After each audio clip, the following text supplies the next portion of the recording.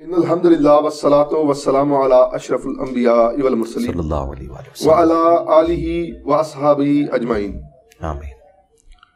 السلام علیکم احباب زیوکار، میں ہوں سید محمد شاہ ثانی کاظمی، سجادہ نشین مرکزی دربار عالیہ کالوچک شریف۔ آج ہم ایک ایسی شخصیت کے پاس موجود ہیں جن نے اختلافی موضوعات پہ بہت زیادہ بات کی ہے۔ یوٹیوب کے اسکالر بھی انہیں کہا جاتا ہے، مختلف مکاتب فکر کے علماء ان سے اختلاف بھی کرتے ہیں۔ مجھے بھی ان کی جو نظریات ہیں ان سے شدید اختلاف ہے۔ ہم آج ان سے 1 to 1 کوسچن کریں گے، کیونکہ میرا تعلق تصوف سے ہے تو میں اپنا مقدمہ آج ان کے سامنے پیش کروں گا۔ السلام علیکم ورحمۃ اللہ صاحب۔ وعلیکم السلام ورحمۃ اللہ وبرکاتہ۔ ولا حول ولا قوۃ الا باللہ، اللہم صلی علی محمد وعلی آل محمد۔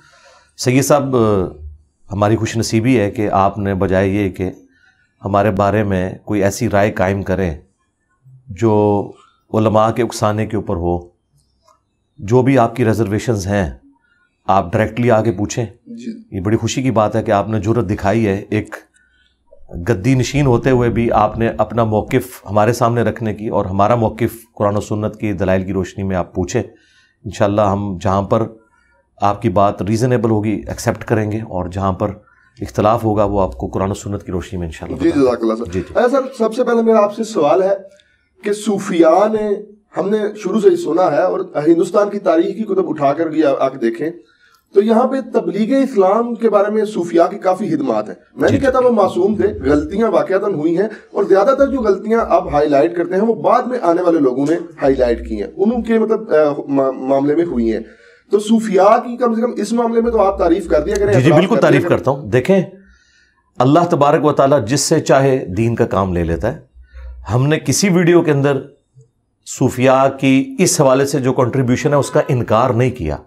ہم نے صرف یہ کہا ہے کہ صوفیاء نے اسلام جو یہاں پر پہنچایا وہ پیور اسلام نہیں تھا جو قرآن و سنت کے اندر رپورٹ ہوا۔ اور ہم اپنے دعوے کی دلیل میں صوفیاء کی جو ٹیکسٹ بکس ہیں جن کو وہ کوٹ کرتے ہیں کہ یہ ہمارے نظریات ہیں، ان کو ہم قرآن و سنت پہ پیش کر کے آپ کو بتا سکتے ہیں۔ رہ گی کنٹریبیوشن، تو ہم صوفیاء سے ہی پوچھیں گے کہ ایران کے اندر آج سے آلموسٹ 700 سال پہلے جن شیعہ حکمرانوں نے، شیعہ علماء نے وہاں پر شیعت پھیلائی، کیا ان بزرگان دین کی خدمات کو سنی صوفیاء ماننے کے لیے تیار ہیں؟ تو وہ کہیں گے نہیں، وہ مسلمان تو ہیں لیکن ہم ان کے عقیدوں کو صحیح نہیں سمجھتے۔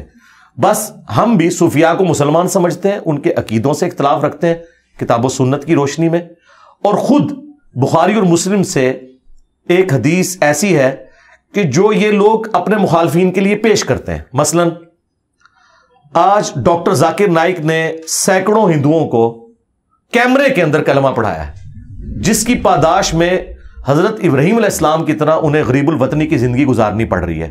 تو کیا بریلوی، دیوبندی علماء اور صوفیاء نے ڈاکٹر ذاکر نائک کو اللہ کا ولی مان لیا ہے کہ جس نے آج کے اس ماڈرن دور کے اندر سینکڑوں ہندوؤں کو کلمہ پڑھایا ہے؟ آپ کے تو پرانے بزرگ تھے، اس کی تو کوئی ویڈیو نہیں ہے، یہ تو ویڈیو بھی موجود ہے۔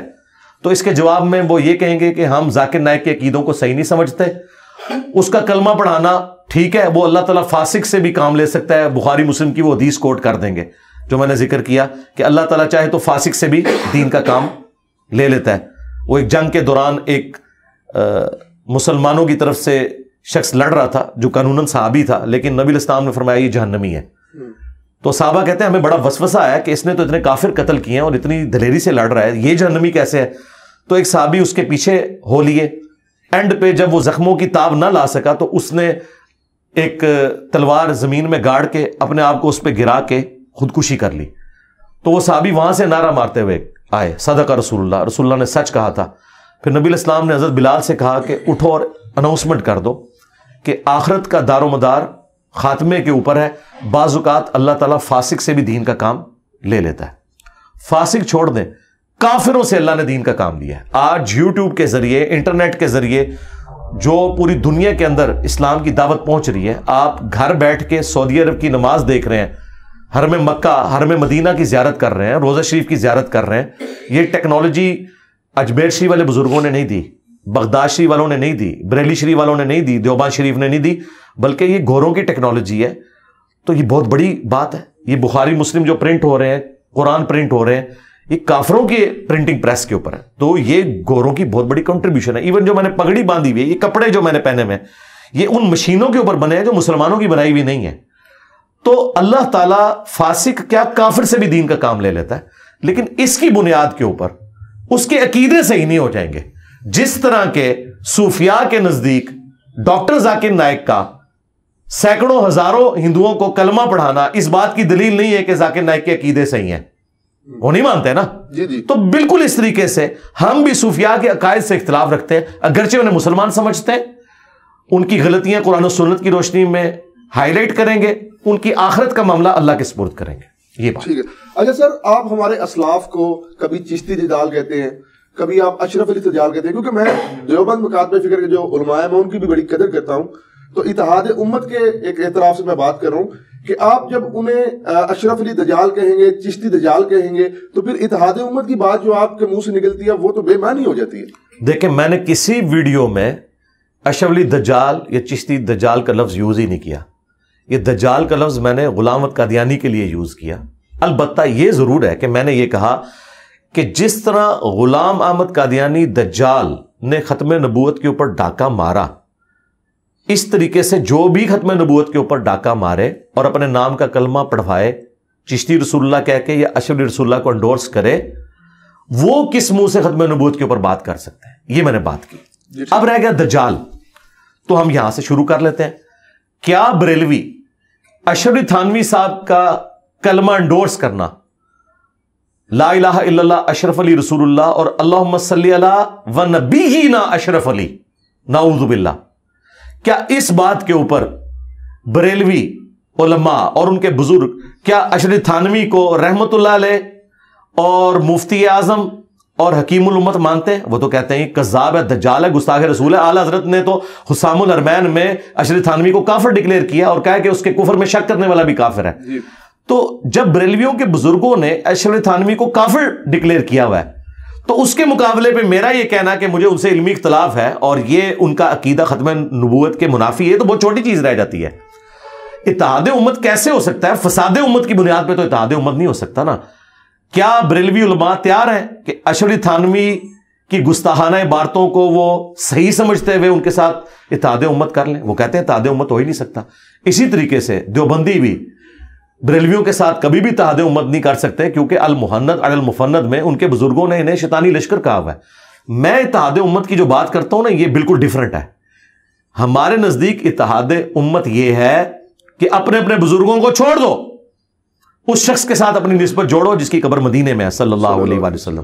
اگر بزرگ بھی پکڑ کے رکھو گے اور پیرلل میں کہو گے ہم قرآن و سنت کو بھی مانے, تو یا بزرگ بچا لو یا قرآن و سنت بچا لو. یہ ہو نہیں سکتا کہ اسلام کی بنیاد جس کلمے کے اوپر ہے اس کلمے کے اوپر کوئی ڈاکہ مارے اور ہم کہیں کہ ٹھیک ہے وہ تصوف کی معرفت کی باتیں ہیں, چشتی رسول اللہ یا سبحانی ما اعظم شأنی یا لوائی اعظم من لوائی محمد, میرا جھنڈا محمد کے جھنڈے سے بڑا ہوگا.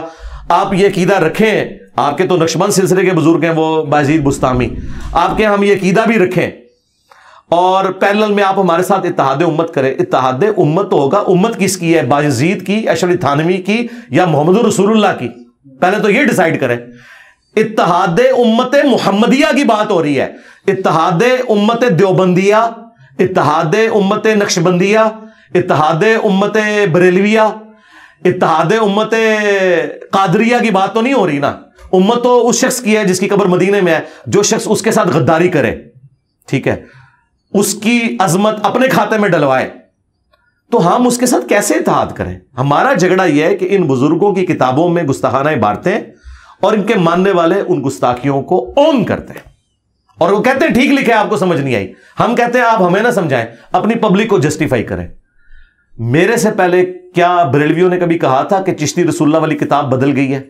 چند سال پہلے ان کے مفتی مناظرے میں ڈیفینڈ کر رہے ہیں اسے, اور ڈیفینڈ اس لیے کر رہے ہیں کہ اعلیٰ حضرت نے فتاوی رضویہ کے اندر سبع سنابل کی تعریف کی ہے اور کہا ہے کہ یہ رسول اللہ کی بارگاہ میں مقبول کتاب ہے اور اس کے اندر بھی چشتی رسول اللہ لکھا ہوا ہے. اگر اعلیٰ حضرت کو پتا تھا کہ اس کتاب میں چشتی رسول اللہ لکھا ہے اور اس کے باوجود انہوں نے کہا یہ نبی الاسلام کی بارگاہ میں مقبول ہے, تو اعلیٰ حضرت تو فارغ ہو گئے. اور اگر ان کو نہیں پتا تھا تو رسول اللہ پہ جھوٹ باندھ دیا.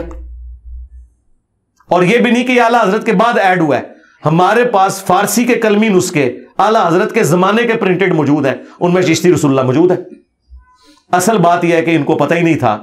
کوئی اللہ تعالیٰ ان کے اوپر بندہ مسلط کر دے گا کہ وہ اعلیٰ حضرت کے مشن کو لے کے آگے چلے گا. اعلیٰ حضرت نے تو صرف دیوبندیوں کے بابوں کو پکڑا, اور یہ کہتے ہیں نا کہ جی انجینئر صاحب ڈھونڈ ڈھونڈ کے جو ہے وہ گند پہ بیٹھتے ہیں جیسے کوئی مکھی بیٹھتی ہے. تو اعلیٰ حضرت نے بھی اشرف تھانوی کی سینکڑوں کتابوں میں سے ایک حفظ الایمان میں سے عبارت نکالی ہے نا.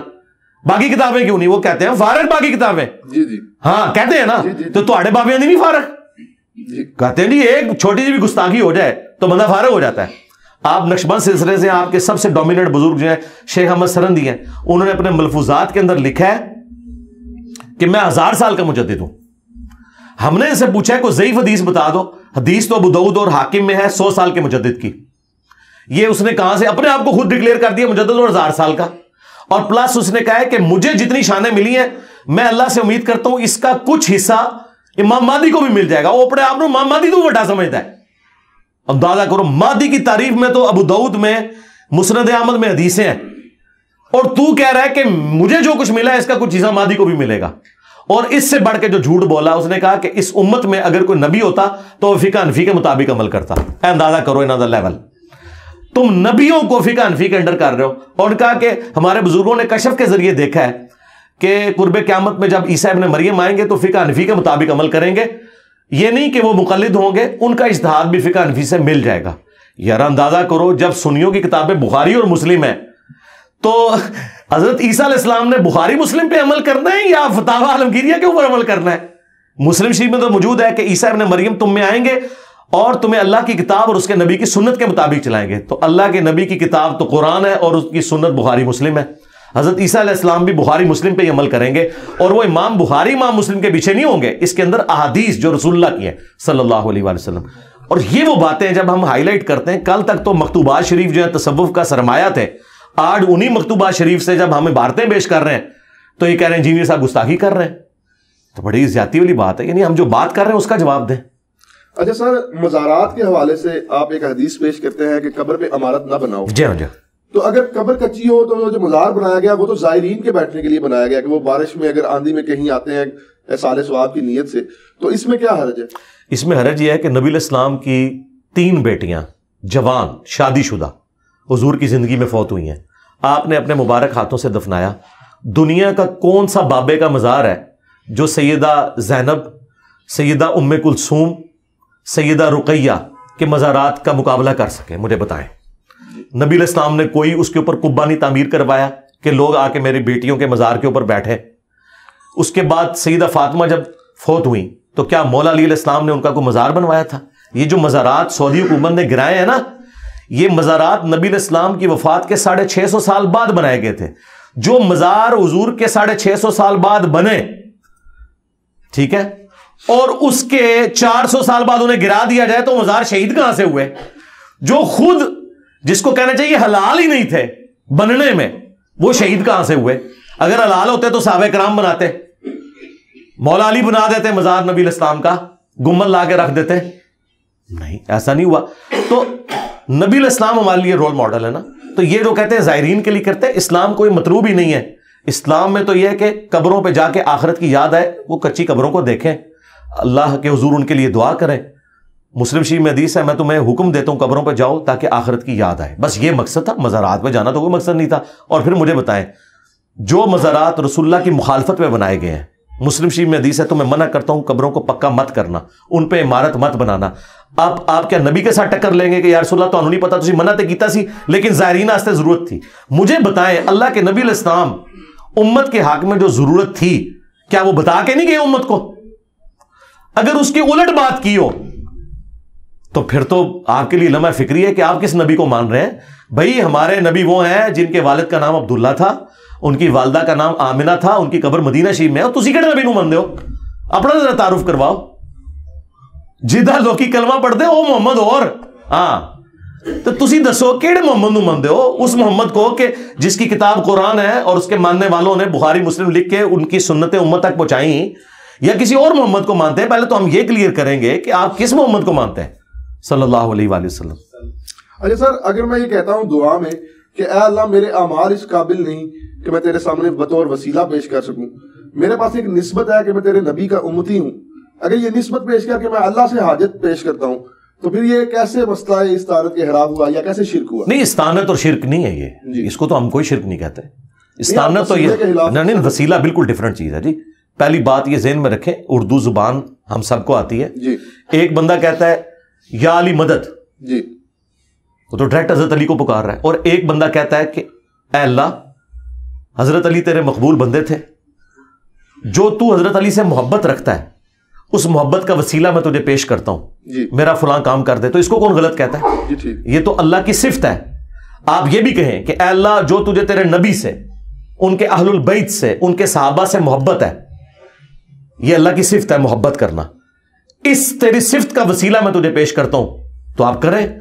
قرآن میں آیا وَلِلَّهِ الْأَسْمَاءُ الْحُسْنَى فَادْعُوهُ بِهَا، اللہ کے لیے اچھے نام ہیں، اس کے ناموں کے ذریعے. تو یہ اللہ کی ایک صفت ہے کہ وہ اپنے پیغمبروں سے محبت کرتا ہے، ان کے اہل البیت سے محبت کرتا ہے. لیکن ان ہستیوں کو آپ نہ پکاریں، وہ ایاک نعبد و ایاک نستعین کی وائلیشن ہے. ظاہری مدد تو آپ کسی سے بھی لے سکتے ہیں. یہ لوگ کہتے ہیں جی حضور نے مولا علی کو مدد کے لیے پکارا تھا. بھائی مولا علی زندہ تھے تو انہی کو پکارنا تھا. ہونا تو چاہیے تھا حضور امیر حمزہ کو قبر سے نکالتے، زندہ کر کے تو ساتھ لے کے آتے خیبر کے موقع پہ، پھر ہم آپ کی بات مانتے.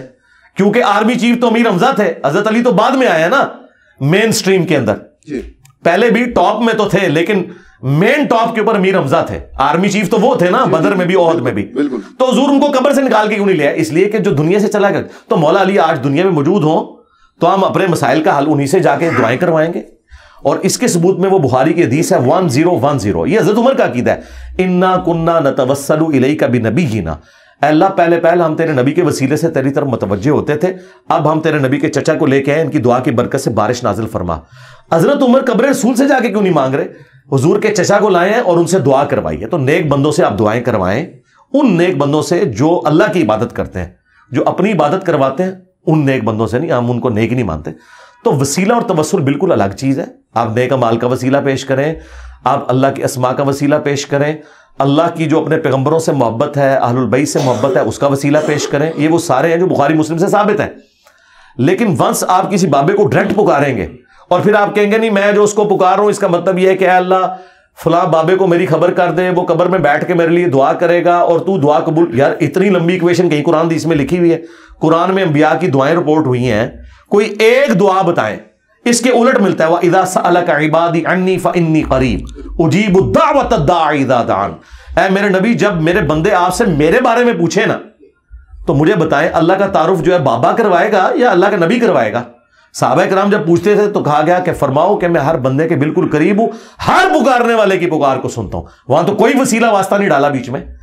وسیلہ واسطے اس طرح کے جو میں نے جس طریقے سے بتایا یہ جواز کی حد تک ہے، باقی اللہ اور بندے کا کوئی پروٹوکول نہیں ہے. ڈائریکٹ آپ اللہ سے مانگے ادعونی استجب لکم. البتہ پروٹوکول یہ ہے کہ آپ نے حمد اور دروشی پڑھنا ہے، وہ ترمذی میں حدیث ہے، وہ ایک سلیقہ ہے دعا کا. نماز میں بھی ہم تشہد میں پہلے سلام عرض کرتے ہیں، پھر دروشی، پھر دعائیں مانگتے ہیں. یہ ایک سلیقہ ہے دعا کرنے کا، لیکن مانگنا آپ نے اللہ سے. ایون نہج البلاغہ میں مولا علی علیہ السلام کا خطبہ، میں حیران ہوں کہ شیعہ نے اتنا بڑا خطبہ اوور لک کیا ہوا ہے جس میں حضرت علی اپنے بیٹے کو کہتے ہیں کہ تم اس کی اولاد ہو جس نے ان قریب مر کے مٹی ہو جانا ہے، دنیا سے چلے جانا ہے، جس کو فنا ہے، تو تم مجھ سے امید نہ وابستہ کرو، اس اللہ سے کرو جسے کبھی فنا نہیں ہے. اور بیٹا حسن یاد رکھنا اللہ کی بارگاہ وہ دربار ہے جس نے اپنا کوئی دربان بھی نہیں رکھا ہوا، تم ڈائریکٹ اس سے مانگو. مولا علی تو حسن کو نہیں کہہ رہے کہ منو وچ پا، تو منو دسو جنہوں نے اہل البیت نو وچ پایا ہوا ہے، نبیوں نو وچ پایا ہوا ہے. اے مولا علی دے شیعہ نے یا بنو امیہ دے شیعہ نے؟ مولا علی تو حسن کو کہہ رہے کہ منو نہ وچ پائی میں تو مر جانا ہی. او زندہ ہی وہ دے کول منگی اور اس کا کوئی دربان بھی نہیں کہ اس نے کوئی پہرے دار مقرر کیا ہے کہ اجازت لے کے اینو وچ پاؤ گے تو سنے گا، ویسے نہیں سنے گا. انہوں نے کہا کوئی پروٹوکول نہیں، ڈائریکٹ اللہ سے مانگ. اہل البیت کی جتنی دعائیں شیعہ کے ہاں ملتی ہیں یا قرآن میں جو انبیاء کی دعائیں ہیں یا اہل سنت کے ہاں نبی الاسلام کی دعائیں ہیں، کسی میں کوئی واسطے وسیلے نہیں ہیں. یہ سب فراڈ بنایا ہوا ہے انہوں نے. ٹھیک ہو گیا. اچھا سر، آپ نہیں سمجھتے کہ اگر آپ کی تھوڑی سی زبان میٹھی ہو تو تمام مکاتب فکر کے علماء میں سے کچھ نہ کچھ آپ کے ساتھ کوئی معاملات طے ہو جائیں، کوئی نہ کوئی بہتر؟ نہیں ہو سکتے، بالکل نہیں ہو سکتے. اس کی وجہ یہ ہے میٹھی زبان کر کے بھی میں نے یہی کہنا ہے کہ چشتی رسول اللہ غلط ہے. چلے میں کہہ دیتا ہوں بھائیو، چشتی رسول اللہ کو نہ مانو،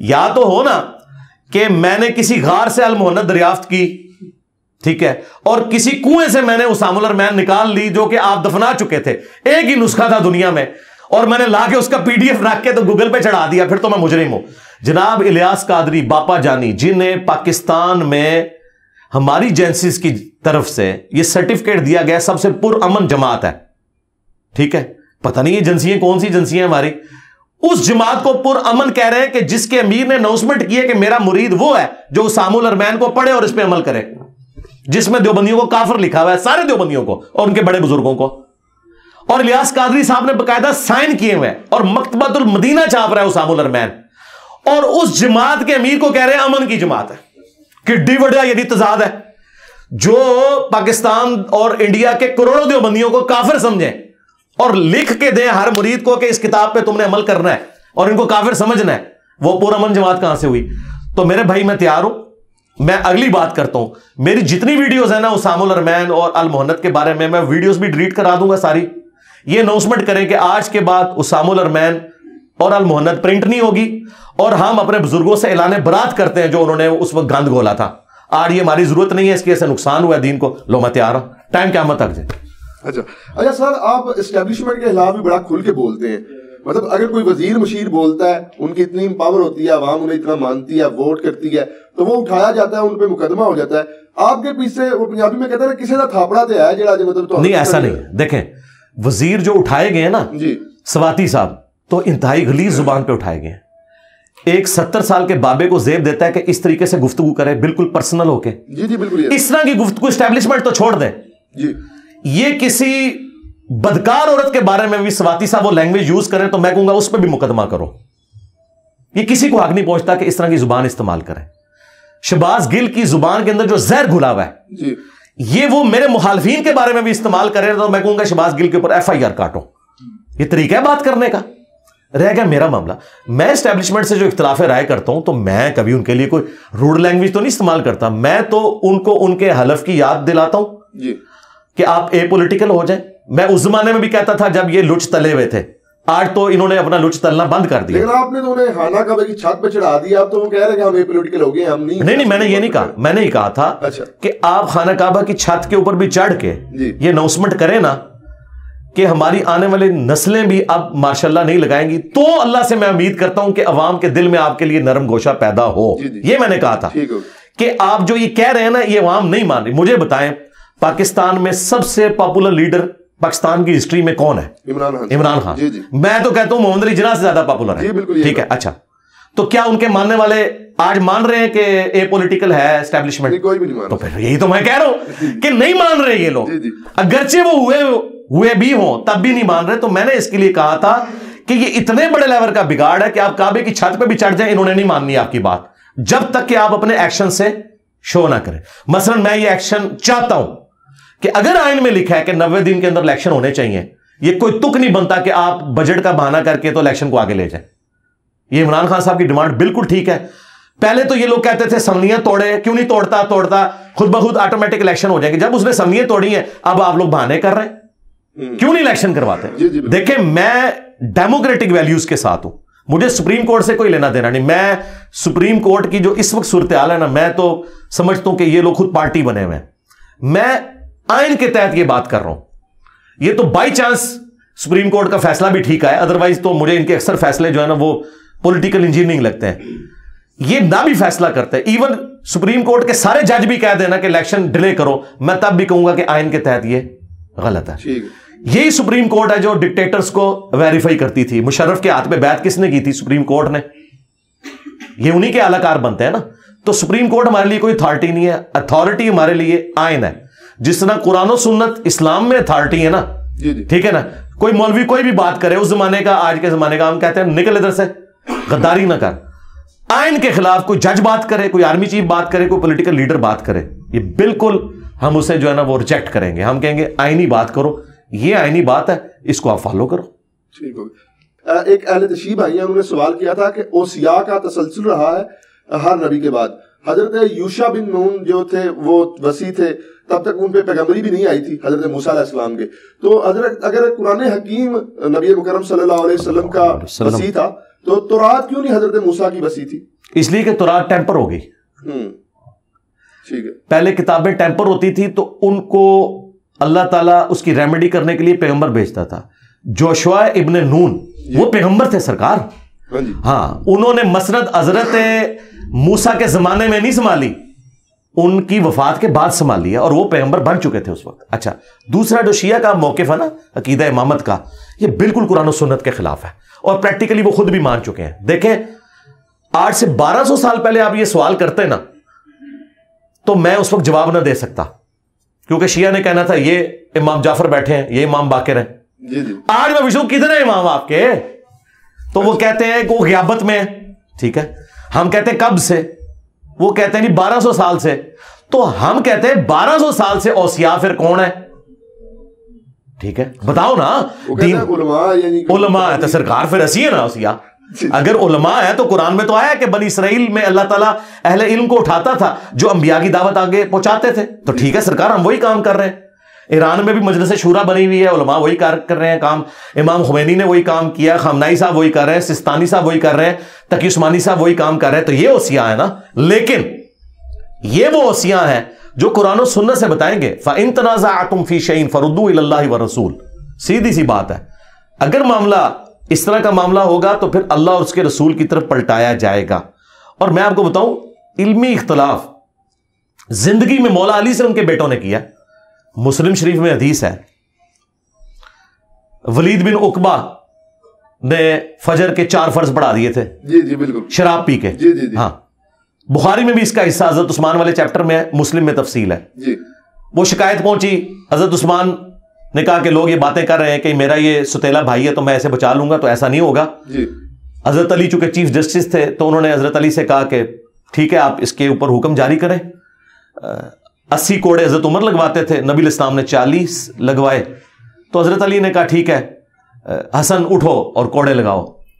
تو حضرت حسن نے حضرت علی سے کیا کہا, انہوں نے کہا کہ جو اس کی میٹھی کھاتا ہے وہی کڑوی چکھے. ٹھیک ہے, باپ کی بات نہیں مانی, پوائنٹ ٹو بی نوٹڈ. ٹھیک ہے, کیوں نہیں مانی؟ انہوں نے کہا کہ یار یہ بنو امیہ سے ہے, ہم بنو ہاشم سے ہیں. لگایا حضرت عثمان نے خود. کوڑا جب مجھ سے مروائیں گے تو یہ تو خاندانی تعصب آ جائے گا, قبائلی سسٹم, تو ہمیں نہ ڈالے. یہ بنو امیہ ہی لگائے اس کو کوڑے, جنہوں نے یہ تحفہ ہم پہ مسلط کیا ہے. حضرت علی نے کوئی برا نہیں مانا. آپ نے اپنے جو بیٹا تھا دوسرا, انڈائریکٹلی اسما بنت امیس سے تھا چونکہ ان سے نکاح کر لیا تھا, عبداللہ ابن جعفر جو بھتیجا بھی لگتا تھا, انہیں کہا تو 40 کوڑے لگوائے اور کہا کہ بس 40 میں رک جاؤ. حضرت عمر 80 لگواتے تھے, حضور نے 40 لگوائے, حضرت بکر بھی 40 لگوائے, میں 40 دونوں کو صحیح سمجھتا ہوں لیکن 40 پہ ایک تو ادھر بھی 40 کی ویو آف کر دیا. ورنہ میرے صحابی تے 80 لوانے چاہیے تھے سن, کہ حضرت عثمان دا نام لے کے تو ویچ کے اللہ دے بندیا خلافت نو بدنام کر رہا ہے. کہ حضرت علی نے کہا نہیں یار چھوڑ دو, مطلب یہ نہ ہو کہ کوئی خاندانی تعصب نہ آ جائے. تو علمی اختلاف ہو سکتا ہے کسی معاملے میں, یہ کوئی ایسا ایشو نہیں ہے. اس زمانے میں بھی لوگ ایک دوسرے کے ساتھ کرتے تھے, آج بھی علمی اختلاف کریں, آپ بتائیں اپنے معاملات کو. تو شیعہ کا جو یہ موقف ہے نا کہ اماموں سے پوچھنا ہے تو ٹھیک ہے, امام محمد مہدی علیہ السلام کو اگر سامنے نہیں لا سکتے, وہ نہیں آنا چاہتے, تو ہم نے ان کو ریکویسٹ کی تھی کہ آپ ہمیں واٹس ایپ نمبر دے دیں, موبائل نمبر دے دیں. تو انہوں نے کہا آپ نے گستاخی کر دی. گستاخی کہاں سے ہوگی؟ آج کے دور میں یہی بات ہوگی نا. مثلا آپ کہتے ہیں کہ فلاں عالم سے مسئلہ پوچھو, تو میں آپ سے کیا کہوں گا کہ اس کا یوٹیوب چینل بتائیں. آپ کے نہیں ہے تو میں کہوں گا واٹس ایپ نمبر دیں. مزاروں کے ایڈریس نہیں آپ بتاتے, اس میں توہین کہاں سے ہوگی؟ میں تو کہتا ہوں کہ اللہ کے نبی علیہ السلام دنیا میں آئے اس وقت تو دعوت کا ذریعہ ہے. آپ کا بھی یوٹیوب چینل ہوگا, آپ بھی لوگوں کو مسائل بتائیں گے, واٹس ایپ گروپس ہوں گے. آج کے کیونکہ اس زمانے میں جتنے لیٹسٹ چیزیں تھیں وہ آپ نے کی. بخاری مسلم میں آتا ہے جب نبی علیہ السلام نے کافروں کو خط لکھے تو صحابہ نے کہا یا رسول اللہ یہ خط آپ کے نہیں, وہ قبول کریں گے, مور لگائیں اس کے اوپر. تو یہ مور نبوت جو آپ دیکھ رہے ہیں نا, یہ نبی علیہ السلام نے اپنی مرضی سے نہیں بنوائی. یہ صحابہ نے کہا یا رسول اللہ واٹس ایپ نمبر بڑھاؤ, نیچے منی جائے گی تھوڑی خط. پھر حضور نے کہا ٹھیک ہے اے میری مور بنواؤ, اور دیکھیں مور کیسی پیاری ہے. محمد سب سے نیچے رکھا ہے, اللہ کو اوپر رکھا ہے. حالانکہ لکھتے آپ تو محمد رسول اللہ عموماً پہلا لفظ اوپر لکھا جاتا ہے, دوسرا نیچے, تیسرا اس سے نیچے. لیکن پرائورٹی آپ نے دیکھی ہے, الٹ لکھا. اصل میں یہ سیدھا لکھا کہ اللہ کا نام اوپر رکھا, محمد رسول اللہ. یہ نبی علیہ السلام نے مور نبوت صحابہ کرام کے مشورے پہ اس لیے بنوائی تھی کہ بخاری مسلم کے الفاظ ہیں یا رسول اللہ یہ غیر مسلم جو ہیں وہ مور کے بغیر کو خط نہیں قبول کرتے تو نبی علیہ السلام نے تو نہیں کہا کہ نہیں میرا تو خاد فرنجی جائے گا. آپ نے کہا ٹھیک ہے اگر یہ نارمز ہے لے کے جائیں. ایون آپ نے صحابہ کرام سے ٹریننگ دلوائی کہ ان کو وہ دوسری زبانیں سکھائیں کہ جا کے ان سے باتیں کریں. تو نبی علیہ السلام آج موجود ہوں تو انٹرنیٹ بھی یوز کریں گے, سارے معاملات ہوں گے. یہ تو یعنی اس دور کی, اس زمانے میں بھی آپ دیکھیں بخاری مسلم کی حدیث ہے آگاہ ہو جاؤ طاقت پھینکے ہوئے ہتھیاروں میں ہے. نبی علیہ السلام اس زمانے میں بھی کہتے تھے تلوار چھوٹی طاقت ہے, تیر چلانا سیکھو کیونکہ دور سے آپ کسی کو کر. آج بھی دنیا مان رہی ہے کہ پھینکے ہوئے ہتھیار جو ہے نا یہ زیادہ طاقت رکھتے ہیں. میزائل کیا ہے؟ تیر ہے آج کا, بالکل پھینکا ہوا ہتھیار ہے نا. سکون سے آپ اپنے ملک میں بیٹھے ہیں دوسرے کو اڑا دیتے ہیں. تو قرآن میں آیا کہ پلے ہوئے گھوڑے تیار رکھو کافروں کے خلاف. تو آج تو وہ گھوڑے نہیں ہوں گے, آج تو وہ ٹینک ہوں گے, بلکہ اس سے بھی آگے کی بات ہے اب تو لیزر گائیڈڈ میزائل ہوں گے. تو اس طرح کی باتیں کرنا یہ کوئی توہین نہیں ہے کسی کی. تو ہم نے یہ کہا تھا کہ بھائی 1200 سال پہلے تو آپ امام کو مل سکتے تھے, آج امام غیابت میں ہے. تو اگر وہ سامنے نہیں آنا چاہتے کوئی یوٹیوب اپنا چینل بنائے, ہم یوٹیوب سے کوشچن پوچھتے ہیں, وہ ہماری رہنمائی کریں. ہم تیار بیٹھے ہوئے ہیں سرکار, ہم تو اہل بیت کا دفاع کر رہے ہیں. اور میں آپ کو بتاؤں یہ دعوے کرتے ہیں کہ فلانا امام جڑا ہے امام مہدی نو ملیا ہے. سرکار امام مہدی اگر دنیا میں موجود نے, اگر انہوں نے کسی کو ملنا ہے نا تو سب تو سوٹیبل بندہ میں جائے. ہاں سرکار جو سب سے زیادہ اہل بیت کے لیے کھڑا ہوا ہے, اور بنو امیہ کی اس نے غلطیاں سنیوں کی کتابوں سے ہائی لائٹ کر دی ہیں, کیونکہ بنو امیہ کے جو ڈیفینڈر ہیں اور دفاع کرنے والے تو سنی ہیں, شیعہ تو نہیں تو دفاع کرتے. تو سنیوں کی تطہیر جس بندے نے اہل بیت کے حساب سے کی ہے, میں نے تو مہدی کے لیے راستہ ہی مار کر دی. امام مہدی کو تو اب زیادہ محنت نہیں کرنی پڑنی اس حوالے سے کہ لوگوں نے دسو کہ بھائی حسین آکتے ہیں کہ یزید آکتے ہیں کہ مولا علی آکتے ہیں کہ حضرت معاویہ آکتے ہیں. میں تو کام ہی سارا بس سنیوں سمجھا دیتا ہے بھی آکتے کون ہے. تو امام مہدی دا ادھا کام اس حوالے نال تو ہو گیا, اسی انہوں نے پود پرووائڈ کر دیتی ہے. انشاءاللہ تے سامنے آن اسی جناب انہوں نے بیعت کریں گے. سر وہ کہتے ہیں کہ وہ غیابت کبریٰ میں ہے, وہ ملتے نہیں کسی سے, نہیں ملتے نا, تو ملتے تھے. اچھا اب کبریٰ میں ہے نا پچھلے 1200 سال سے, تو اب وہ دین نہیں لوگوں کو سکھائیں گے یعنی کہ جی ہاں. تو بس یہی تو ہم کہہ رہے ہیں کہ دین قرآن و سنت سے لیں. تو پھر کیا ان کا اس میں سے نکالا کیا, مطلب اس میں کوئی چیز نکلے نا. یعنی صحابہ کہف سوئے ہوئے ہیں 300 سال سے, تو کسی کو نہ کوئی سوال کا جواب دے سکتے تھے نہ کچھ کر سکتے تھے. اب کوئی بندہ کہ جی میں آپ دلیل ان کی یہ مانتے ہیں کہ یہ صحابہ کہف والی کو جو دلیل دیتے ہیں کہ مطلب میں کہتا ہوں میں تو اس بات کو نہیں مانتا. میں کہتا ہوں اگر کوئی مان بھی لے تو اصحاب الکہف جب غار کے اندر سوئے ہوئے تھے تو کیا مسئلے لوگ ان سے جا کے پوچھتے تھے؟ تو جس بندے سے آپ مسئلہ نہیں پوچھ سکتے تو وہ آپ کا امام کیسے ہو سکتا ہے آج کے دور میں, جب تک وہ سامنے نہ آئے. نبی علیہ السلام ساری جنگوں میں جو امامت کرتے رہے ہیں, تو کیا یہ ہوا کہ آپ گھر میں بیٹھ گئے اور امامت کرتے رہے؟ آپ آ کے آپ کا خیمہ بھی میدان جنگ میں لگتا تھا, ایک جنگ میں بھی حضور پیچھے نہیں رہے. ٹھیک ہے, آپ کے خیمے لگتے تھے, ہر مسئلے میں حضور سے پوچھا جاتا تھا یا رسول اللہ آپ کیا کریں, تو نبی علیہ السلام بتاتے تھے. تو اگر کوئی امام ہے تو لیڈ کرے نا سرکار. میں یعنی ایک دعوت کا کام لے کے چل رہا ہوں, تو میرے اسٹوڈنٹ مجھ سے جب پوچھتے ہیں تو میں انہیں لیڈ کرتا ہوں نا. میرے مرنے کے بعد یہ کہ غیابت میں چلیں گے وہ آج بھی ہمارے لیڈر ہیں, اس طرح تو ہو نہیں سکتا نا. آج لیڈر وہ ہے جو سامنے مسئلہ بتائے گا. اصل سر مسئلہ امامت میں یہ ہے کہ وہ کہتے ہیں کہ آسمان کا زمین سے کوئی رشتہ نہیں ہے. وہ معصوم تھے حضرت علی سے جو امام حسن, یار وہ جو کچھ بھی ہو, بات یہ کہ 1200 سال پرانی بات ہے نا, یہ 1200 سال پہلے باتیں ہوتی نا. اب 1200 سال سے ایک بندہ سامنے نہیں ہے تو اس کے بارے میں کیا ہم بات کریں؟ سامنے ہو تو بات کریں نا. بالکل. اچھا سر یہ بات کی جاتی ہے اکثر کہ مطلب میں نے مکاتب فکر کے لوگوں سے سنا. اور آخری بات اس میں امام مہدی غیابت کبریٰ میں ہے, تو کیا نبی علیہ السلام غیابت کبریٰ میں نہیں ہے, کیا اپنی قبر میں زندہ نہیں ہے؟ جی جی بالکل. تو پھر آپ نبی سے کیوں نہیں مسئلے پوچھتے ہیں, بیچ میں امام کیوں ڈالے ہوئے؟ بھائی جیڑی گل ایتھو کان پھڑنا ہے ڈائریکٹ اللہ نبی کو پوچھو. جے تسی امامہ کو نہیں پوچھنا ہے تو اللہ نبی کو پوچھو سرکار. ہاں لیکن یہ نہیں بات مان سکتے, کیوں بھائی سقیفہ بنی ساعدہ ہوئی ہے تو یہ تو مولا علی کو بھی خیال نہیں آیا کہ میں ابو بکر کو قبر رسول پہ جا کے کہوں کہ یا رسول اللہ ذرا فیصلہ کرو ساڈا. ان کو پتا تھا کہ حضور آپ اس دنیا سے جا چکے, آخرت کی زندگی میں آپ ان سے ہم کمیونیکیٹ نہیں کریں گے, آپ کی تعلیمات پر عمل کریں گے. وہ تعلیمات اس وقت بھی زندہ تھی, آج بھی زندہ ہے. جو ماننے والے تھے وہ وقت کے ساتھ فوت ہوتے جا رہے ہیں, میں نے بھی دنیا سے چلے جانا ہے. میرے مرنے کے بعد کوئی یہ تو نہیں کہے گا کہ انجینئر صاحب اس مسئلے میں کیا کہتے ہیں. ہاں ویڈیو سے کہہ سکتا ہے, لیکن ویڈیو میں بھی وہ والا دیکھیں گے. جرا والا نہیں ہوئے گا نا وہ کہیں گے نہیں یہ انہوں نے اپنی رائے ہے, ایسی نہیں مندے. اچھا سر مطلب میں یہ کہتا ہوں کہ آپ کہتے ہیں نہیں, میں آپ نے میں نے بہت کم دیکھا ہے کسی بات پہ رجوع کیا ہو.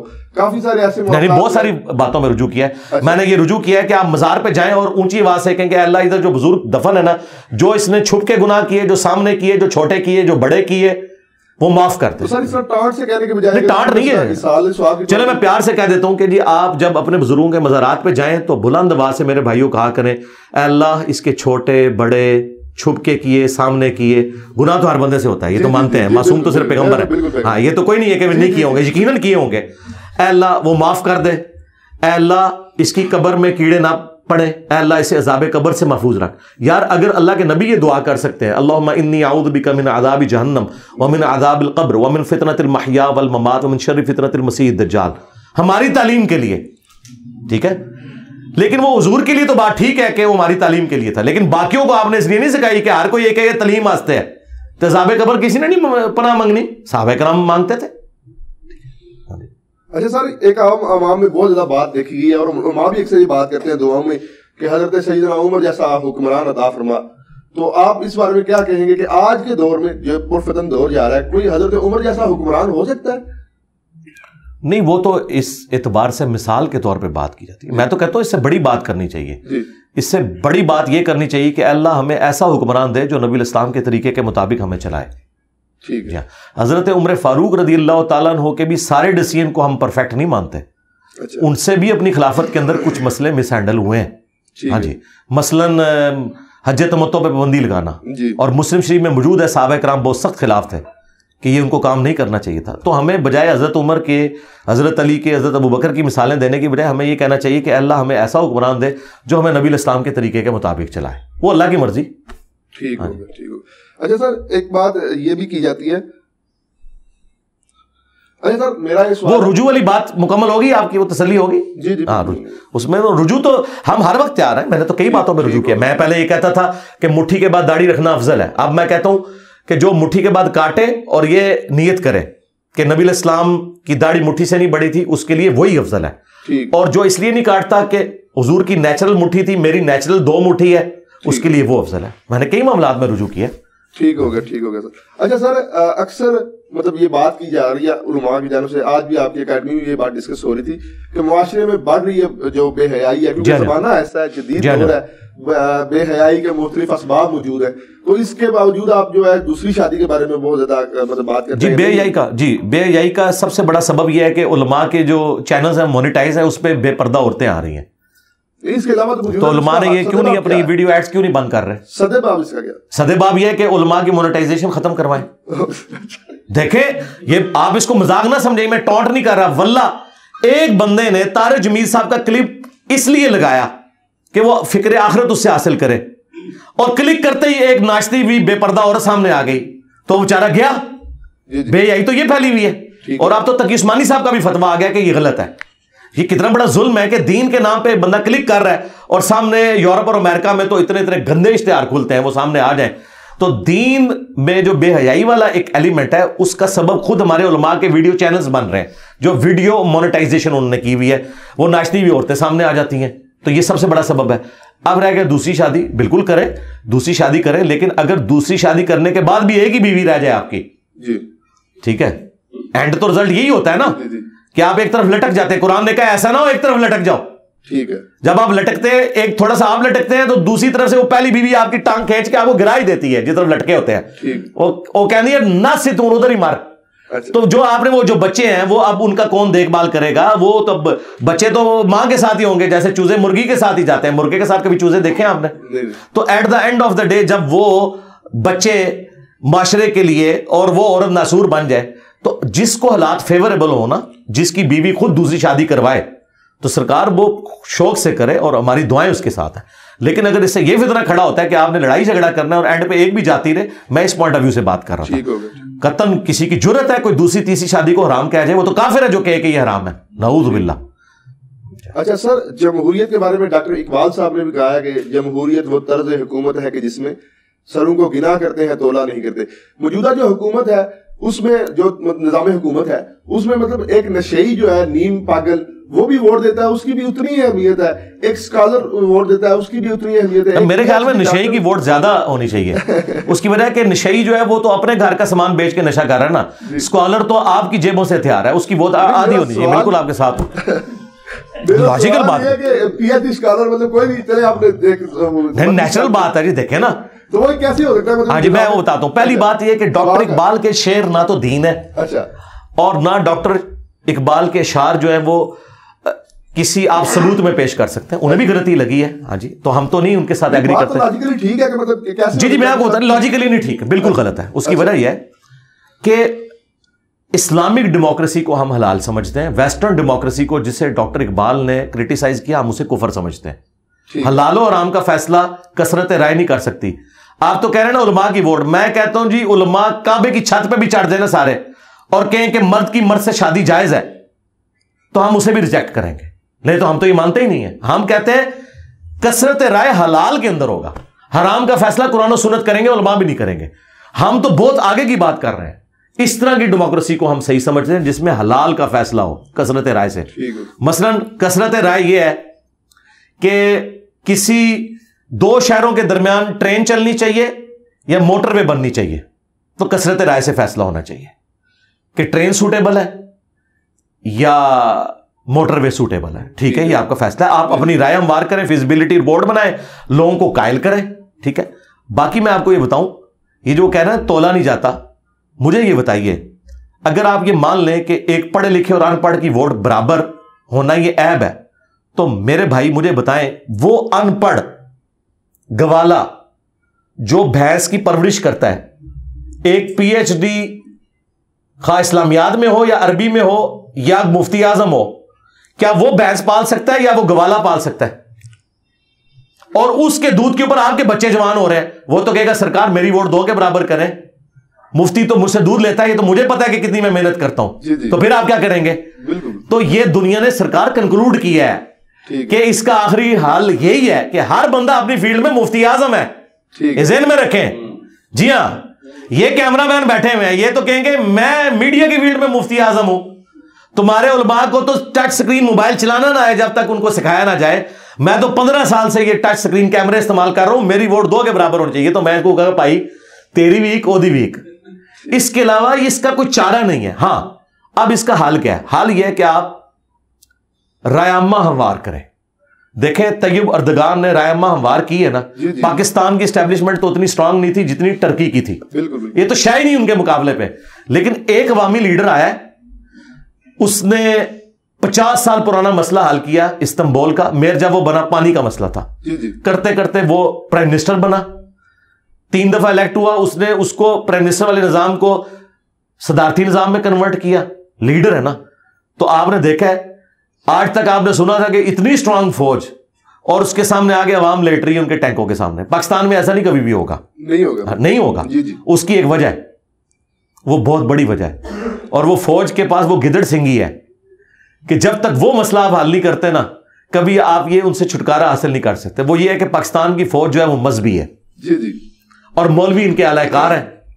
ٹرکی کی جو فوج تھی نا وہ تھی سیکولر ایتھیسٹ, اور وہاں پولیٹیکل لیڈر جو ہے مذہب کا نام یوز کرتا تھا. اس لیے مولوی برے وقت میں مسجدوں سے اعلان کر کے اردگان کے ساتھ کھڑے ہوئے, کیونکہ وہ ان سے پہلے تنگ تھے کہ یار یہ تو ہے ہی سارے اس طرح. پاکستان میں فوج تو مذہبی ہے, ہر کینٹری میں آپ کو مسجد نظر آتی ہے, اللہ کے نام لکھے ہوئے نظر آتے ہیں, اللہ اکبر کے نعرے اور یہ سب کچھ. یہاں پہ مذہبی طبقہ جو ہے ہمیشہ فوج کو سپورٹ کرتا ہے, اس لیے سیاستدان مار کھا جاتا ہے. ویسے یہ حقیقت بات ہے کہ سیاستدان بھی مذہب کو یوز کرتا ہے اور فوج بھی مذہب کو یوز کرتی ہے. یہ جو فوج کے پاس ایج حاصل ہے نا, اس کی وجہ سے پاکستانی فوج کے آگے, ٹینکوں کے آگے کوئی نہیں لیٹے گا آگے. یہ میں آپ کو بتا دوں. الا یہ کہ یہ مشرف والا نظام اگر تھوڑا عرصہ چلتا نا, تو آپ نے دیکھا تھا فوجی اپنی وردیاں بھی گھر سے پہن کے نہیں جاتے تھے. ٹھیک ہے, داڑھی رکھنے کے اوپر پابندی لگ گئی, داڑھیوں والوں کو مین پوسٹوں سے ہٹا دیا. تو فوج میں مشرف کے خلاف بھی نفرت آئی, عوام میں فوج کے خلاف نفرت آئی. کتنی نفرت آ گئی تھی, وہ بڑی مشکل سے بعد میں اوور کم ہوئی ہے. ٹھیک ہے, تو یہ والا معاملات دیکھیں آپ, اگر اوور آل دیکھیں تو پھر آپ کو پتا چلے گا. اور دوسرا, ٹرکی کو یہ ایج حاصل تھا کہ وہاں کے لوگ جو ہے وہ حقیقت ٹی وی نہیں دیکھتے. ہاں, وہاں کے لوگ اے آر وائی یا جیو نہیں دیکھتے, وہاں کے لوگ دیکھتے ہیں بی بی سی, جہاں ڈیموکریٹک ویلیوز ہیں. وہ یورپ کے اندر رہتے ہیں, انہیں پتا ہے کہ ڈیموکریسی کے کتنے فائدے ہیں, اس لیے وہ ڈکٹیٹرشپ سے ٹکرا گئے. ہمارے لوگوں کو تو پتہ ہی نہیں ہے ڈکٹیٹرشپ. وہ تو کہتے ہیں جی کوئی ڈنڈے والا حکمران لے کے آؤ, ڈنڈے والے تھوڑے آئے نے, کوئی ایک رتی برابر بھی انہوں نے کام کیتا ہے بیڑا ڈوبنے دے سوا. ضیاء الحق آپ کو جو ہے نا کلاشنکوف کلچر دے گیا, سارا ہیروئن کلچر دے گیا, سنی شیعہ کافر کے فتوے دے گیا, اور مشرف آ کے آپ کو امریکہ کی جھولی میں ڈال کے چلا گیا اور یہاں پہ لال مسجد کی ایکٹیویٹی ہوئی اور فوج کے خلاف جو ہے یہاں پہ نفرت پھیلی، تو ان کے ڈکٹیٹرز نے کیا دیا ہے امت کو؟ چھوڑیں. اچھا، لامحدود نجی ملکیت یہ رکھنا اسلام میں کیا جائز ہے؟ لامحدود تو ہو ہی نہیں سکتی جی سرکار. مطلب آپ دیکھیں، آپ بیوروکریٹس جو ہے ہمارے انہوں نے رکھی ہوئی ہے، اس کے علاوہ جو بڑے بڑے نہیں لامحدود تو نہیں ہوگی، مطلب وہ گنی تو جائے گی. مطلب کافی ہے سر. میں مرلے ڈیڑھ مرلے کے میرے بھائی اسلام میں اگر آپ زکوٰۃ دے رہے ہیں جی، زمین کی پیداوار کا عشر دے رہے ہیں تو اسلام کو تو کوئی تکلیف نہیں آپ سے. ٹھیک ہو گیا، ٹھیک ہو گیا. آپ کو حیران کن بات بتاؤں، یہ لوگوں کو یقین نہیں آئے گا، آپ بخاری شریف کھولیں، حضرت زبیر جب شہید ہوئے نا آج کے اربوں روپے کے مقروض تھے سرکار، کروڑوں نہیں اربوں. وہ آپ سونے کی ویلیو کیلکولیٹ کریں آج کے حساب سے. اب آپ سوچیں گے حضرت زبیر عشرہ مبشرہ، اور وہ جنگ جمل سے ایک دن پہلے اپنے بیٹے کو کہہ رہے ہیں، بخاری کے الفاظ ہیں کہ ہو سکتا ہے میں کل مارا جاؤں تو تم نے میرا قرض اتارنا ہے. اب آپ سوچیں گے کہ اس کے اوپر قرض اربوں روپے کا ہے، وہ کتنے کی دیر ہو رہے. ہوا یہ تھا کہ اس زمانے میں بینک نہیں ہوتے تھے، لوگ جو ہیں وہ بڑے لوگوں کے پاس اپنی مانتے رکھواتے تھے، وہ مانتے انہوں نے رکھوا دی، آگے انہوں نے وہ بھی غریبوں میں بانٹنی شروع کر دی. ادھار تو ادھار نہیں ہوتا ہے، حضرت علی کو نہیں تھے حضور ڈیوٹی لگا کے کہ مانتے واپس کرنی ہے، وہ ادھر غریبوں میں لٹا دی، اور جن کی مانتے تھی وہ واپس دینی تھی.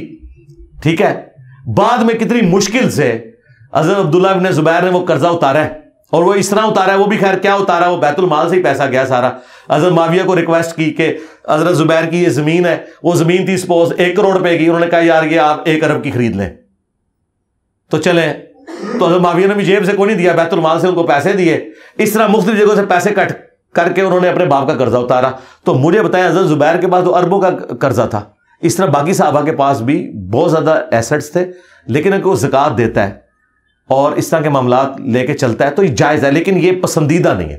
پسندیدہ وہی ہے جو ابو ذر غفاری کا مذہب ہے. ہاں ہم ابو ذر غفاری کے ساتھ ہیں، لیکن اس کو ہم حرام اس لیے نہیں کہتے کہ ہمارے پاس یہ اختیار نہیں کہ شریعت میں ایک چیز حلال ہے مجھے حرام کہتے ہیں. ٹھیک ہو گیا سر. آخر میں سر، کیونکہ میں اتحاد امت کی نیت سے آیا ہوں اور میں ایک پلیٹ فارم اتحاد امت کا چلا رہا ہوں. اتحاد امت بڑا وزنی چیز ہے جی، بہت رہے اتحاد امت رو تھوڑا پیغام دے. اتحاد امت صرف یہ ہے جی کہ اپنا چھوڑ دو، دوسروں کا بھی تھوڑا تھوڑا چھیڑو، تو آپ کو پتا چلے گا سب کے پاس کچھ نہ کچھ حق ہے.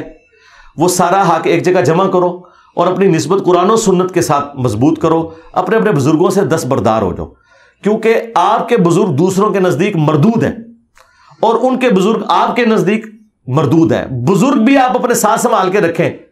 اب مجھے بتائیں میں کسی ایسے شخص سے کیسے محبت کر سکتا ہوں جس نے اچھلی رسول اللہ کلمے کو انڈورس کیا ہوا ہے، اور آپ مجھ سے ایکسپیکٹ کریں کہ میں ان کے ساتھ اتحاد امت کر دوں اس حال میں کہ وہ اس کا دفاع بھی کریں. تو سرکار میں رسول اللہ کو کیا منہ دکھاؤں گا؟ یہ تو حضرت عمر آج زندہ ہوتے تو پوچھتے اشرفی رسول اللہ اور چشتی رسول اللہ پارٹی کو کہ تم لوگ کیا دفاع کر رہے ہو. وہ تو چھوٹی چھوٹی بات پہ کہتے تھے یا رسول اللہ اجازت دے اس کی گردن کاٹ دوں. تو میں تو حضرت عمر سے بہت نرم ہوں، میں نے کبھی نہیں کہا گردن کاٹ دوں. میں کہتا ہوں یار علمی اختلاف ہے، خدا کے لیے اتحاد امت بالکل اس کے الٹ ہے جو آپ کو بتایا جاتا ہے. کہتے ہیں جی اپنا چھوڑو نہ کسی کا چھیڑو نہ، یہ فساد امت ہے. اتحاد امت یہ ہے کہ اپنا پہلے چھوڑو، دوسروں کا بھی چھوڑو. دیکھو ہم نے اتحاد امت کروایا، ہمارے اس درس میں بریلوی، دیوبندی، اہل حدیث، شیعہ سارے فرقوں کے لوگ آتے ہیں. یہ آپ نے کہیں دیکھا ہے؟ ہمارے اسٹوڈنٹس جا کے شیعہ کی امام بارگاہ میں نماز پڑھتے ہیں اوپر ہاتھ باندھ کے، اور دیوبندی اور اہل حدیثوں کی مسجد میں ہاتھ چھوڑ کے نماز پڑھتے ہیں. اتحاد امت ہے کہ نہیں؟ کوئی فساد امت نہیں ہوا. فساد امت یہ ہے کہ جب آپ کہتے ہیں کہ ہم جنتی فرقے ہیں باقی سارے کافر ہیں، اس کی وجہ سے ہوتا ہے. اور پریکٹیکلی ان کے بزرگ کر کے گئے. تو اتحاد امت صرف اس صورت میں ہوگا کہ امت محمدیہ کے اوپر کٹھے ہوں. امت دیوبندیہ، امت بریلویہ، امت وہابیہ، امت شیعہ کے اوپر امت نے نہیں کٹھا ہونا. امت حضرت ابوبکر پہ بھی نہیں کٹھی ہو سکتی، شیعہ نہیں مانیں گے. امت ایک ہی بندے پہ اکٹھی ہو سکتی ہے جس کی قبر مدینے میں ہے، اور جنہیں جب غسل دیا گیا تھا تو کپڑے نہیں اتارے گئے تھے ان کے، باقی سب کے کپڑے اتارے جاتے ہیں. میں یہ بہت سخت جملہ بول رہا ہوں اس لیے کہ یار مجھے مزہ آنا شروع ہو گیا ہے اس جملے کا کہ میرا امام وہ ہے کہ جب اسے اس کے کپڑوں سمیت غسل دیا گیا تھا، اور تو ان اماموں کو لے کے چل رہا ہے کہ وفات کے بعد ان کے کپڑے اتارے گئے تھے غسل دینے کے لیے. اور میرا امام وہ ہے ما ضل صاحبکم وما غوا، تمہارے نبی نہ کبھی بہکے ہیں اور نہ کبھی بہرا چلے ہیں. اور تیرے امام وہ ہے کہ دوسرے ماننے والے اس امام کے مسئلوں کو اس طرح ردی کی ٹوکری میں پھینکتے ہیں جس طرح تم ان کے مسئلوں کو. تو سرکار پھر اپنی نسبت رسول اللہ کے ساتھ مضبوط کرو صلی اللہ علیہ وآلہ وسلم. اچھا سر، آخری سوال میرا یہ ہے کہ عربی بولنے کے بارے میں علماء نے آپ پہ کافی اعتراض کیا ہے. لاہور کے ایک مفتی صاحب میں نام نہیں لوں گا، انہوں نے کافی ویڈیوز چڑھائی ہیں کہ آپ کو عربی نہیں آتی. مجھے عربی آتی ہے, اردو آتی ہے, بعد میں ڈسکس کروں گا. مجھے ان مفتی صاحب سے پوچھ کے بتائیں, جتنے بھی مفتی ہیں, کہ ڈاکٹر تعلق قادری صاحب کو جو عربی آتی ہے تو تقی عثمانی صاحب انہیں شیخ الاسلام کیوں نہیں مان لیتے؟ اچھا ہاں مانے نا. اور اگر مفتی تقی عثمانی صاحب کو عربی آتی ہے تو الیاس گھمن صاحب انہیں شیخ الاسلام کیوں نہیں مان لیتے؟ مسئلہ عربی اردو کا تو ہے ہی نہیں ہے, ٹھیک ہے. مسئلہ یہ ہے کہ قرآن و سنت سے جو دلائل ہیں وہ ہم نے آپ کے سامنے رکھ دی ہے. اور آخری بات, میں آج کے کسی مفتی کی عربی کو مانتے ہی نہیں ہوں. کیوں؟ ان میں سے کوئی مفتی دعویٰ کر سکتا ہے کہ مجھے اشرف تھانوی سے زیادہ عربی آتی ہے یا احمد بریلوی سے زیادہ عربی آتی ہے؟ کسی کا دعویٰ ہے؟ تو میں تو احمد بریلوی سے ڈائریکٹ عربی پڑھی ہوئی ہے. احمد بریلوی صاحب نے بیسٹ عربی سے بیسٹ اردو میں قرآن ٹرانسلیٹ کیا اور میں ان کی عوام کو بتا رہا ہوں. تو میں تو نکل ہی گیا ہوں. میں تو اعلیٰ حضرت کے ساتھ آپ کو جوڑا ہے. اعلیٰ حضرت نے لکھا ہے ایاک نعبد و ایاک نستعین کے ترجمے میں, اے اللہ ہم تیری ہی عبادت کریں, تجھی سے مدد چاہیں. تو بس یہی بات میں کر رہا ہوں. تو ان چیزوں سے باہر نکل جائیں. میرے بارے میں وہ کہہ رہے ہیں یہ دیکھ کے قرآن نہیں پڑھ سکتا جو قاری ہے, ٹھیک ہے. تو میں نے انہیں کہا تھا کہ تقی عثمانی صاحب, مفتی منیر صاحب, ساجد میر صاحب, ساجد نقوی صاحب, چاروں بڑوں فرقوں کے میں نے علماء کی بات کی ہے. یہ یوٹیوب کے اوپر کوئی قرآن کی ایک سورت تلاوت کر دے, اپلوڈ کرے, مجھے بتا دیں, انشاءاللہ میں شام کو سورج غروب نہیں ہونے دوں گا, میں وہی سورت, سب سے مشکل والی سورت ڈھونڈ لیں, میں وہی سورت قرات کروں گا. اب ہم فیصلہ کر لے گی کس کو قرآن زیادہ پڑھنا ہوتا ہے. باقی رہ گیا پڑھتے ہوئے کبھی غلطی. میں ویسے بتاؤں یہ سارے علماء قرآن مجہول پڑھتے ہیں, انہیں قرآن عربی لنگوسٹک کے مطابق نہیں پڑھنا آتا. عربی لنگوسٹک یہ نہیں ہے کہ زبر زیر آپ نے ٹھیک پڑھنا ہے, نہیں. عین, ثا, ہا, بود یہ صحیح نکلنا چاہیے, کسی کو نہیں کٹنا آتا. اور اے بے تے پڑھتے جے, کیونکہ انہوں نے جو آپ پتہ مدارس میں جو عربی پڑھائی جاتی ہے نا حدیث کی کتابوں میں, وہ معروف نہیں پڑھائی جاتی, مجہول پڑھی جاتی ہے.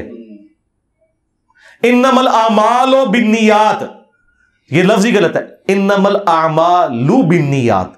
آپ جتنے علماء دیکھیں اعمال لو پڑھتے ہیں. درود شریف دیکھیں اللہم صلی علی محمد پڑھتے ہیں, یہ صلی علی تو غلط ہے, اللہم صلی علی محمد ہے. لیکن چونکہ ادر دین قرآن آپ مجہول بھی پڑھ سکتے ہیں, یہ جائز ہے.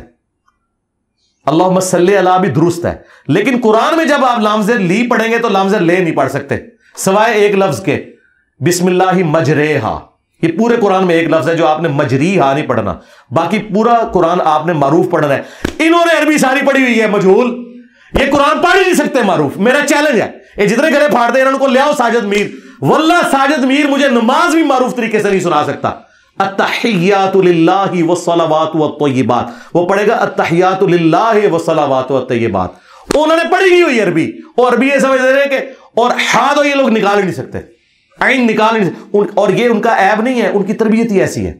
اور آپ قاریوں کو دیکھیں, مولویوں کا اتنا مذاق اڑاتے ہیں, کہتے ہیں عربی آندی نہیں. قاری اڑے نا مولویوں کو ہتھوں ہاتھ لیندے نے, کیوں؟ وہ صحیح کہہ رہے ہوتے ہیں, قرات کے اعتبار سے ان کو عربی نہیں آتی. خالی عربی پروناؤنس کرنا کافی نہیں ہے نا, وہ اس لہجے میں ہونی چاہیے. تو میں عربی لہجے میں عربی پروناؤنس بھی کرتا ہوں. باقی جو پڑھتے ہوئے کبھی زیر زبر کی غلطی ہو جائے نا, وہ تو ساروں سے ہو جاتی ہے. وہ غلطی تب غلطی ہے کہ جب کوئی بندہ لقمہ دے اور میں پھر اس کو غلط پڑھوں. اوور لک ہو سکتی ہے پڑھنے میں, ٹھیک ہے.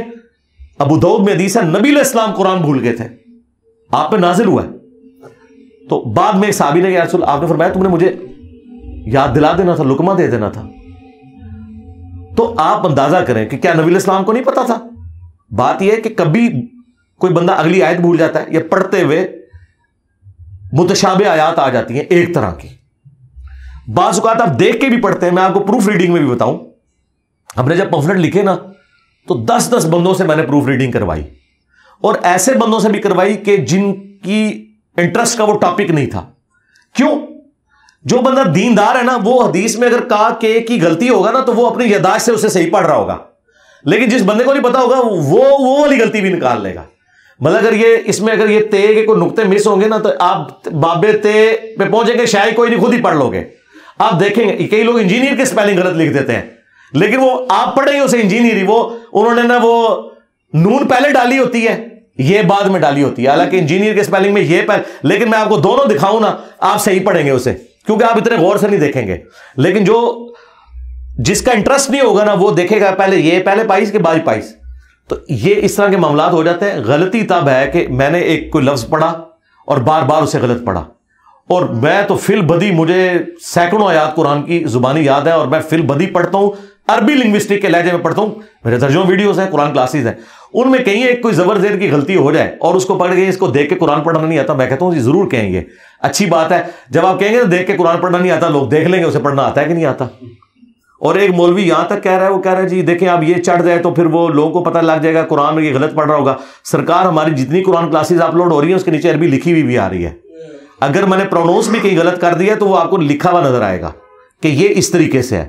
تو پرونونس ڈاکٹر اسرار صاحب سے زیادہ قرآن کوئی نہیں جانتا تھا. ایون ان کے مخالفین بھی مانتے ہیں کہ ڈاکٹر اسرار جیسے کراس ریفرنسز کسی عالم دین کو بھی نہیں آتے تھے, حالانکہ وہ حافظ قرآن نہیں تھے, لیکن کراس ریفرنس وہ اس طرح بیان کرتے تھے, متشابہ آیات میں بھی وہ غلطی نہیں کھاتے تھے اکا دکا موقعوں کے سوا. 20 سال تک وہ بیان القرآن ریکارڈ کرواتے رہے. اس کے بعد فائنل انہوں نے 98 کے اندر وہ بیان القرآن فائنل ریکارڈ کرایا جو ویڈیو میں, اس میں بھی کئی جگہ زبر زیر کی غلطیاں ہیں, میں نے خود نوٹ کی ہیں, لیکن میں نے کبھی وہ کلپ کاٹ کے نہیں چلایا کہ ڈاکٹر اسرار کو قرآن پڑھنا نہیں آتا. اور ڈاکٹر اسرار صاحب کا وہ پورا قرآن مجہول بھی ہے, وہ ہے پڑھ دیتے ہیں ہی کو بعض جگہ پہ, تے پڑھ دیں گے تی کو, ٹھیک ہے, بو پڑھ دیں گے بو کو, ہو جاتا ہے. اس لیے کہ مجھے پتا ہے کہ ظاہر ہے کہ وہ, لیکن یہ چیز میں ڈاکٹر اسرار کو میں کہتا ہوں جی ڈاکٹر اسرار کو جتنا قرآن آتا تھا نا, تمہارے مرے بزرگوں میں زندہ بزرگوں میں کسی کو قرآن اتنا نہیں آتا, کیونکہ تم لوگ قرآن پڑھ پڑھ کے اپنے بابے ثابت کرتے رہو, ڈاکٹر اسرار لوگوں کو تو ہی سکھاتا رہا. ٹھیک ہے, تو تمہاری تفسیروں کا میں نے کیا کرنا ہے, جو تم لوگ 50 جلدوں کی تفسیر لکھ کے مر جاؤ اور شرک ثابت کرتے رہو, تو میں تو اس کی تفسیر مانوں گا نا جس نے قرآن کو اسی طرح مانا جس طرح کہ نازل ہوا. تو یہ کوئی ایسا اعتراض نہیں ہوتا, اور اسی لیے یہ اس طرح کا علمی اعتراض میں نے کبھی نہیں دیکھا کہ ہمارے کسی اسٹوڈنٹ نے یا میں نے کسی کی اس طرح کی کوئی ویڈیو کاٹ کے اپلوڈ. حالانکہ مجھے ریئل ٹائم ان کے بڑے علماء جو حدیثیں بیان کر رہے ہوتے ہیں اس میں کئی جگہ غلطی نظر آتی ہے, 2-3 حدیثوں کو مکس کر جاتے ہیں. اب میں اس کو غلطی بنا کے پیش کروں اس طرح نہیں, میں نے 1-2 دفعہ پکڑا, لیکن ساتھ ہی میں نے کہا یہ میں کوئی علمی اعتراض نہیں کر رہا, چونکہ ان کا دعویٰ ہے ان کی جوتی ان کے سر پہ مار رہا ہوں. میں نہیں اس کو سمجھتا کہ یہ اعتراض بنتا ہے. مثلا ان کے پاکستان لیول کے ایک بہت بڑے پیر ذوالفقار نقشبندی صاحب جو انجینئر بھی ہیں, جن کے بارے میں کہتے ہیں اس طرح کے انجینئر کو ہم مانتے ہیں جو پیر بھی ہو عالم بھی ہو, اس نے کہا کہ بخاری میں لکھا ہے کہ قبروں پہ مارتے مت بناؤ. میں نے کہا بخاری میں حدیث ہی نہیں ہے. اچھا ٹھیک ہے, وہ مسلم میں, لیکن میں نے ساتھ ہی کہا کہ میں کوئی علمی اعتراض نہیں کر رہا, چونکہ ان کا دعویٰ ہے کہ انجینئر بھی ہیں پیر بھی ہیں تو دل کا حال بھی جانتے ہیں اور درس بخاری بھی دیتے ہیں, او دی غلطی معاف نہیں ہوئے گی, انہوں پھر اس لیول پہ پکڑا جائے گا. علمی اعتراض نہیں, ایک جذباتی اعتراض ہے, چونکہ یہ خود دوسروں کے اوپر یہی کرتے ہیں نا اس طرح کے اعتراضات. تو اللہ کا شکر ہے, غلطی بتائیں, ہائی لائٹ کریں, انشاءاللہ ہم اپنی اصلاح کریں گے, اس میں کوئی ایسا مسئلہ نہیں ہے, ہر وقت لرننگ کے لیے تیار ہے. اچھا سر, تمام فرقوں میں کوئی ایک عالم دین ایسا بتا دیں جو مطلب باقی تمام سے بہتر ہو, مطلب آپ کے نزدیک وہ بہتر, آپ کو عزم ہو جائے گا. جی بالکل, جاوید احمد غامدی صاحب.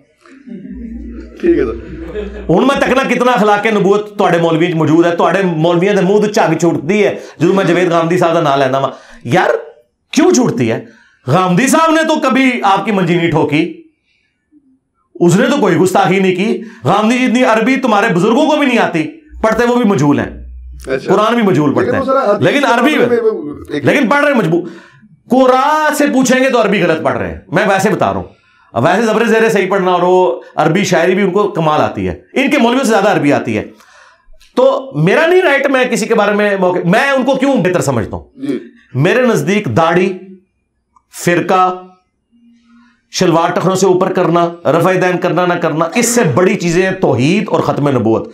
میرے نزدیک کسی بریلوی دیوبندی اہل حدیث کی توحید اور ختم نبوت کا عقیدہ اتنا مضبوط نہیں جتنا غامدی صاحب کا.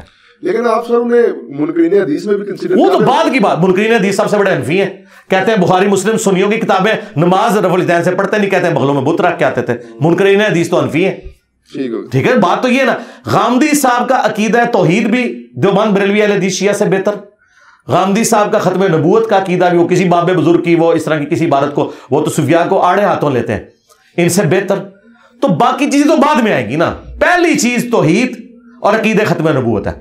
اس کے اعتبار سے زندہ لوگوں میں غامدی صاحب سے بڑا کوئی عالم دین نہیں ہے جو اتنی دلیری کے ساتھ یہ عقیدہ رکھتا ہو. تو اس لیے میں ان کو بہتر سمجھتا ہوں. اگر آپ کے علم میں کوئی ہے تو لیں, میں ابھی اس کو پہلے نمبر پہ ڈکلیئر کر دیتا ہوں. ہاں مفتی منیر صاحب سامنے آئے اور کہیں کہ میں چشتی رسول اللہ اور جو صوفیاء کی جتنی گستاخانہ عبارتیں ہیں انہیں ردے کی ٹوکری میں پھینکا جائے, کتابوں کی پرنٹنگ بند کی جائے. آندہ سے میں غامدی صاحب کے ساتھ ان کا بھی نام لے لوں گا, لیکن ساتھ ان کو کہنا ہے کہ بابوں کو پکارنا بھی شرک ہے, توحید بھی صحیح ہونی چاہیے, میں ان کا نام لوں گا. ٹھیک ہے, بہت شکریہ سر.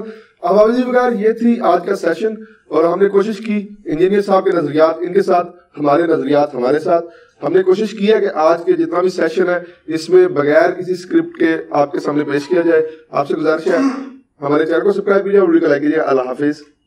جزاک اللہ.